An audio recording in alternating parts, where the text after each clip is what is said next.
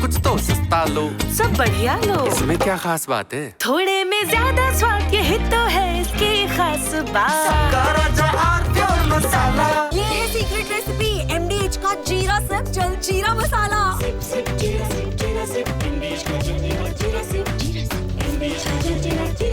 बढ़ते दूसरी बड़ी खबर को ले। इसमें बात आज फिर नगीना सांसद चंद्रशेखर के ऊपर लगे आरोपों की और उन्होंने डॉक्टर रोहिणी घावरी को एक मानहानि का नोटिस भी भेज दिया है। डॉक्टर रोहिणी घावरी ने अपनी एक्स मीडिया पोस्ट पर लिखा है, सोशल मीडिया साइट पर, कि कुछ भी कर लो, मैं लड़ाई लड़ के रहूंगी। इस पर सहारनपुर से हमारे संवाददाता विकास कपिल ने अपनी एक रिपोर्ट पेश की है, वो देखिए। और उन्होंने इस दौरान, इस बीच में रोहिणी घावरी से भी फोन पर बात करने की कोशिश की है। क्या है पूरी रिपोर्ट में आप जानिए, फिर चर्चा को आगे बढ़ाते हैं। नगीना से सांसद और आजाद समाज पार्टी के राष्ट्रीय अध्यक्ष चंद्रशेखर आजाद ने डॉक्टर रोहिणी घावरी को 2.5 करोड़ की मानहानि का एक नोटिस जो है वो भेज दिया है। खुद इसकी तस्दीक जो है डॉक्टर रोहिणी घावरी की तरफ से की गई है और उन्होंने अपने सोशल मीडिया अकाउंट पर इस पोस्ट को डाला है कि तुमने 2.5 करोड़ की मानहानि का नोटिस भेज दिया है। इसके अलावा उन्होंने एक बड़ा चैलेंज किया है। क्या है वो चैलेंज, वो भी मैं आपको बताऊंगा, लेकिन फिलहाल हम कोशिश करते हैं कि रोहिणी घावरी से फोन के जरिए बात हो जाए ताकि हम उनसे भी थोड़ी डिटेल जो है वो ले सकें। तो हम रोहिणी घावरी को कॉल कर रहे हैं और उनसे जानने की कोशिश करेंगे कि आखिर उनको 2.5 करोड़ का नोटिस जो दिया गया, नोटिस में क्या है और वो क्या कुछ जवाब देने वाली हैं। आपको याद होगा कि यह प्रकरण पर करीब 1 महीने से चल रहा है। डॉक्टर रोहिणी घावरी ने नगीना सांसद चंद्रशेखर आजाद पर गंभीर आरोप लगाए थे, उत्पीड़न के आरोप लगाए थे और उन्होंने कहा था कि मैंने कई जगह शिकायत भी दर्ज कराई है, लेकिन मेरी शिकायत पर सुनवाई जो है वो हो नहीं रही है। हालांकि अभी कुछ दिन पहले ही महिला आयोग ने रोहिणी घावरी की शिकायत का संज्ञान लिया, शिकायत को जो है वो उनकी तरफ से दर्ज किया है। तो मैं अब रोहिणी घावरी से एक बार कांटेक्ट करने की कोशिश करता हूं। अगर उनसे बात होती है तो उनसे जानेंगे कि आखिर नोटिस जो मिला है उसमें क्या कुछ है और वो क्या कुछ जवाब देने वाली है।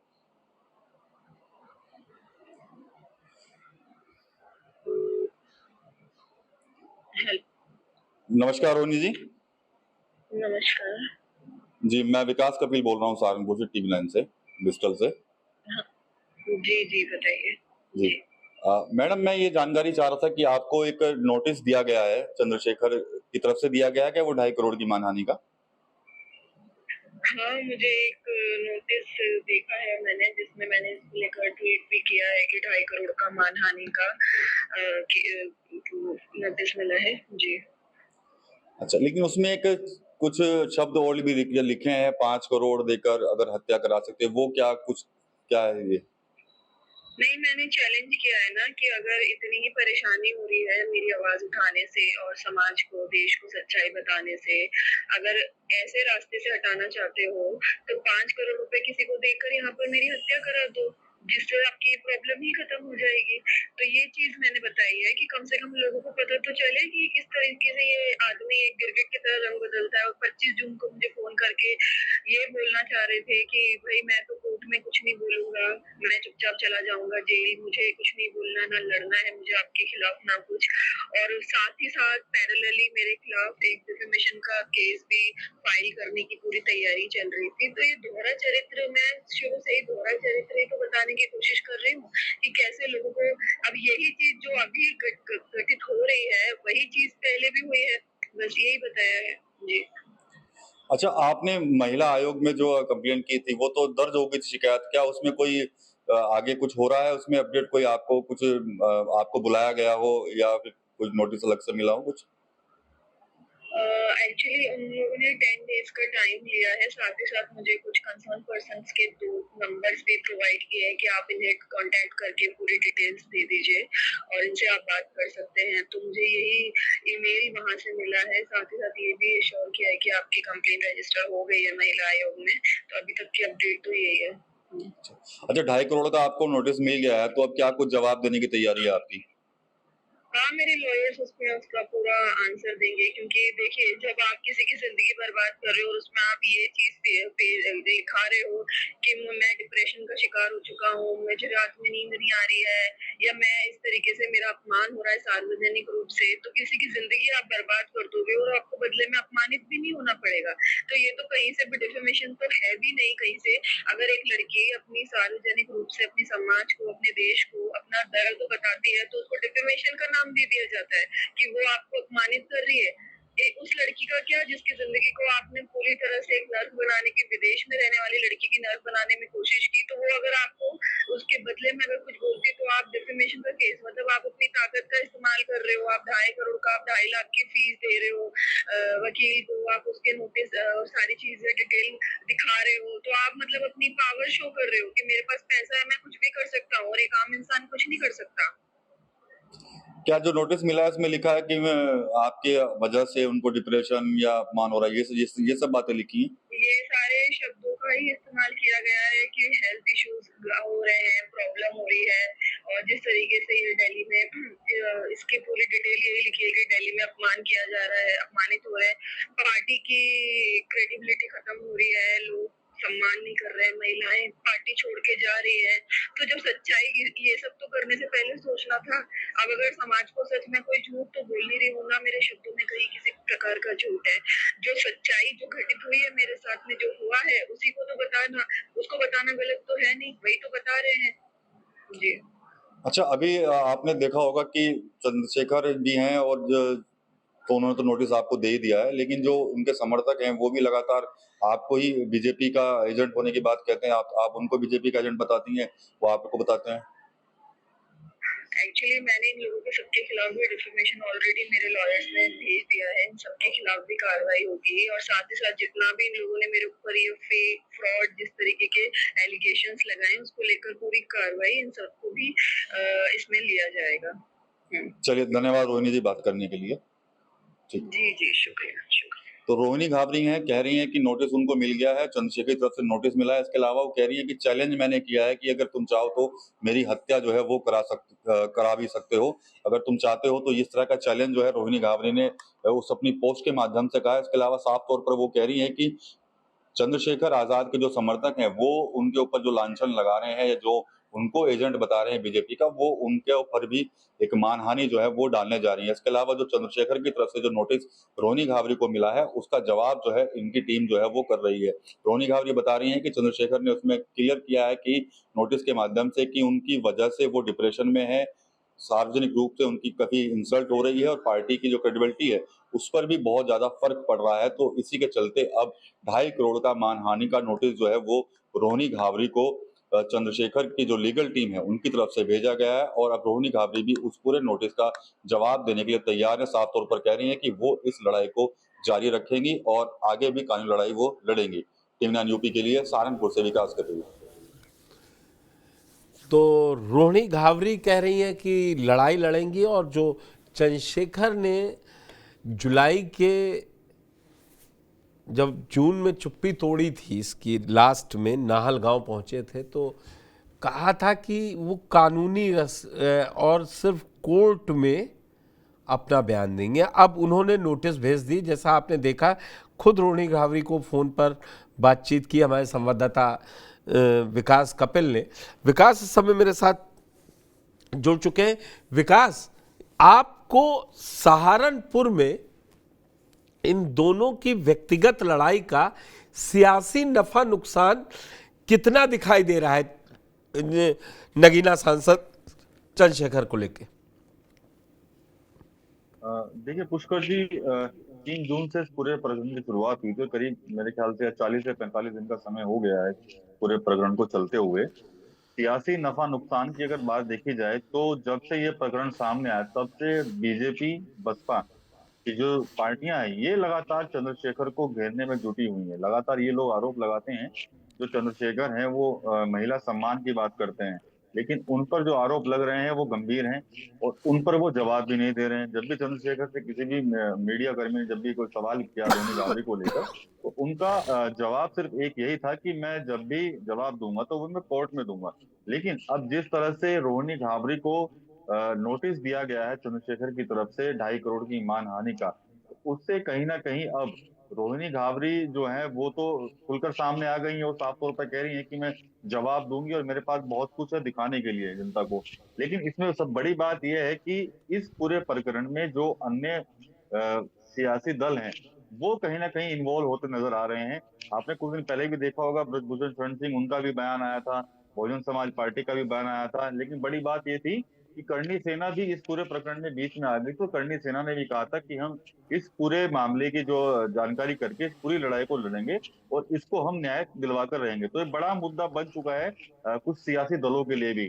कहीं ना कहीं चंद्रशेखर आजाद को घेरने की एक बड़ी कोशिश हो रही है, क्योंकि हाल ही के दिनों में जिस तरह से चंद्रशेखर ने एक बड़ी उपलब्धि पाई थी, सांसद वो बने, उसके अलावा जब पश्चिम की कुछ सीटों पर उपचुनाव हुए तो वहां पर उनके प्रत्याशी नंबर 2 की स्थिति में रहे। हालांकि वो चुनाव हारे थे लेकिन नंबर 2 की स्थिति में वो लोग रहे हैं, वहां पर उनका जनाधार बढ़ा है। तो इसके चलते अब जो दूसरे दल हैं वो कहीं ना कहीं चंद्रशेखर को पूरी तरह से घेरने में लगे हुए हैं रोहिणी घावरी के बहाने।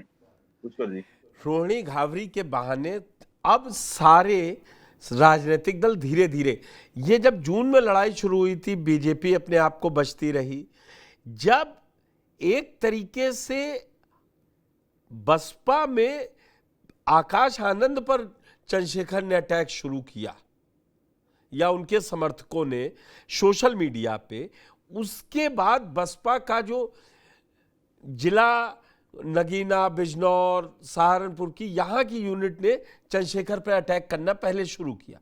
इसके बाद अब जिस तरीके से बीजेपी के नेता भी अब बोल रहे हैं, देखिए बहुत देर बाद बोले ब्रजभूषण शरण सिंह, जब नगीना के सांसद चंद्रशेखर ने यह कहा कि मैं कोर्ट में जवाब दूंगा, तो उन्होंने ये कहा कि भाई यही तो हम भी कह रहे थे कि या तो कोर्ट से कोई सजा हो जाए मुझे या ये प्रूफ हो, मैं वहां बोलूंगा। तो सब मेरे पीछे पड़े हुए थे। तो यहां पर पोजीशन खुद चंद्रशेखर की अपनी वजह से खराब हो रही, क्योंकि जब आप दूसरों पर सार्वजनिक जीवन में अटैक करते हैं किसी गलती पे, अगर आप पर झूठे भी आरोप लगे हैं तो फिर आपको बड़ा दिल दिखाते हुए तो सामने आना चाहिए, सफाई देनी चाहिए। जब आप सियासत करेंगे तो आपको कोर्ट तक जाने का मौका थोड़ी ना देगी। और क्या आपको लग रहा है कि जो 21 तारीख से संसद सत्र शुरू होने वाला है, उससे पहले क्या चंद्रशेखर इस मामले पर कुछ बोल सकते हैं? देखिए पुष्कर जी, चंद्रशेखर से कई बार कोशिश की गई है इस सवाल को लेकर, और यहाँ तक कि उनके जो पार्टी के जो सीनियर लीडर्स हैं उनसे भी हमने बात करने की कोशिश की है। तो उनका जवाब यही था कि ये बात जो है एक महिला के सम्मान की है और अगर हमें कोर्ट में जाना होगा तो हम कोर्ट में इस बात का जवाब देंगे। जबकि रोहिणी घावरी कह चुकी हैं, पूर्व में भी आपने सुना होगा जब कहा था उन्होंने कि अगर मेरे को न्याय नहीं मिलेगा, अगर मेरे जो शिकायत है उस पर कार्रवाई नहीं होती तो मैं संसद भी आ जाऊंगी, पार्लियामेंट के बाहर बैठ के धरना देना शुरू कर दूंगी ताकि मेरी आवाज को सुना जाए। चंद्रशेखर का जवाब सुनने के लिए हर कोई कह सकते हैं कि बेताब है, सबको चाहिए कि भाई चंद्रशेखर इस पूरे मामले में खुलकर बोले। लेकिन पता नहीं क्या वजह है, क्या उनके दिल के अंदर है जो इस पूरे प्रकरण पर वो बिल्कुल चुप्पी साधे हुए हैं।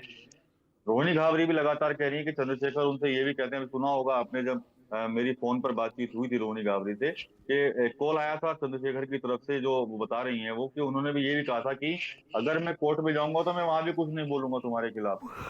तो ये दावे हैं रोहिणी घावरी के बड़े बड़े, और लेकिन चुप्पी क्यों साधे हुए हैं चंद्रशेखर आजाद, इस पर अभी पूरा संशय जो है वो बना हुआ है। लेकिन अब 2.5 करोड़ का उन्होंने नोटिस दिया है तो रोहिणी घावरी भी यही कह रही हैं कि सिर्फ एक दबाव बनाने के लिए, मुझको डराने के लिए नोटिस का जो है वो प्रक्रिया की गई है उनकी तरफ से। लेकिन मैं डरने वाली नहीं हूँ, मुझे इस लड़ाई को लड़ने के लिए जिस हद तक जाना होगा मैं उस हद तक जाऊंगी।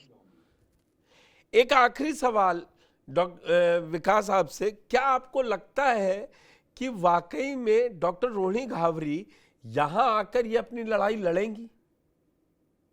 कि जिस तरीके से उन्होंने मेल पे फिर टैग करना सोशल मीडिया पे शुरू किया तो महिला आयोग ने उसका संज्ञान लिया, उसके एक नंबर जारी कर दिया कि आप इस पे अपनी रिपोर्ट्स देख सकती हैं कि क्या हो रही।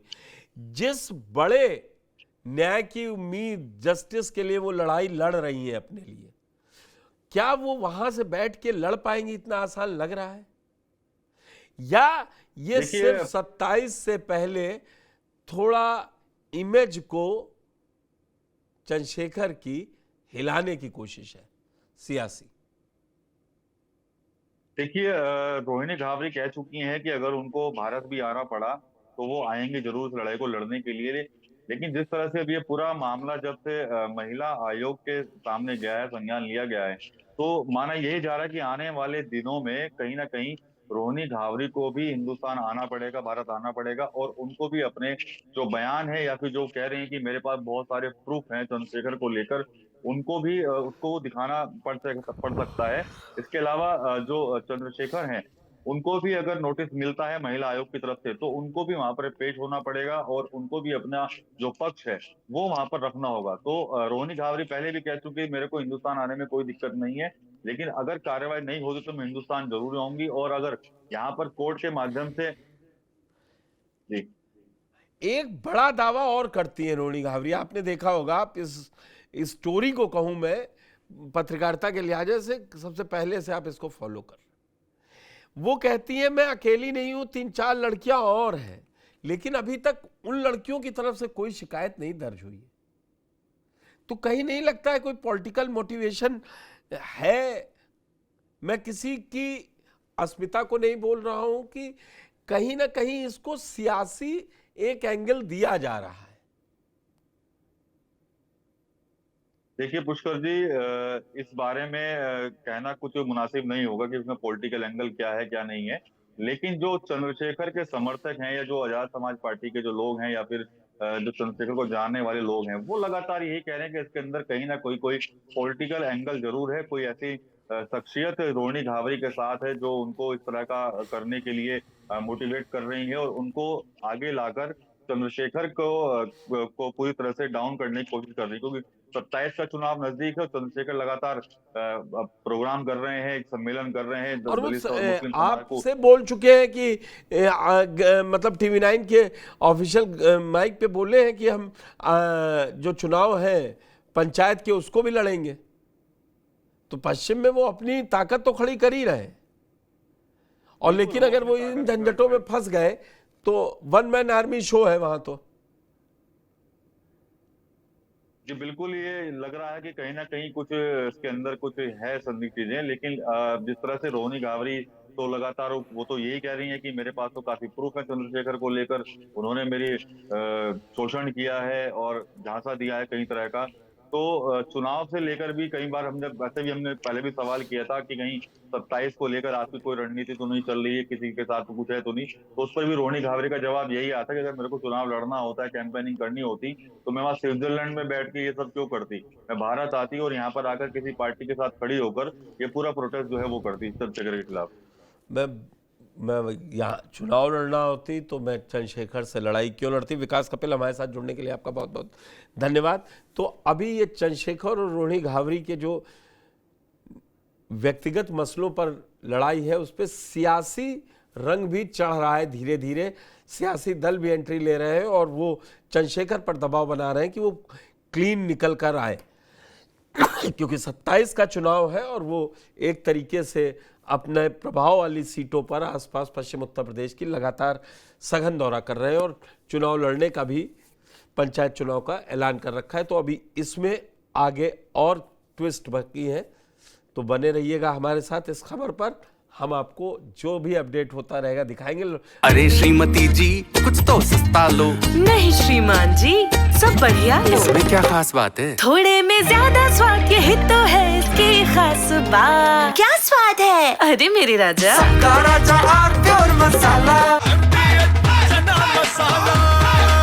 अब छोलिया हो या लोबिया, सफेद चने या काले चने, सब कुछ मजेदार बने।